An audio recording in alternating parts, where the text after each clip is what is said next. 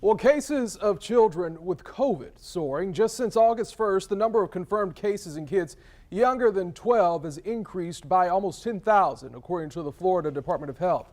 That age group now has more diagnosed cases of COVID than any other. On your side's Kaylee Tracy spoke with local doctors who say this is just the tip of the iceberg. And Kaylee's hearing that this is only, as I said, just the tip of all of this.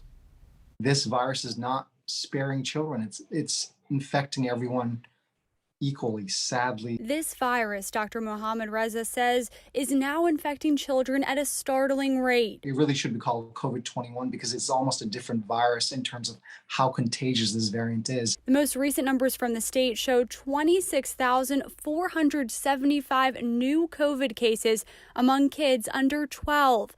The highest number of new infections of any age group last week. Reza says that age group is especially vulnerable because they can't get vaccinated. So for me, it's personal because I have 3 young children. They're 2, 4, and 6 and are not able to get vaccinated. So we've done everything possible in our powers to keep our children safe from this virus. Monday, Governor Ron DeSantis said this about the rising number of cases among children. So I think as the whole back to school stuff and some of that testing goes, I think you'll start to see, I actually think it's going down in the school age kids. I just think that they're testing so much that the numbers are being held, but the percent positive I do think is going down. Reza says if anything, we're undercounting infection. No, I disagree with that because the percent positivity looks at the number of tests being done and how many of those tests are coming back positive.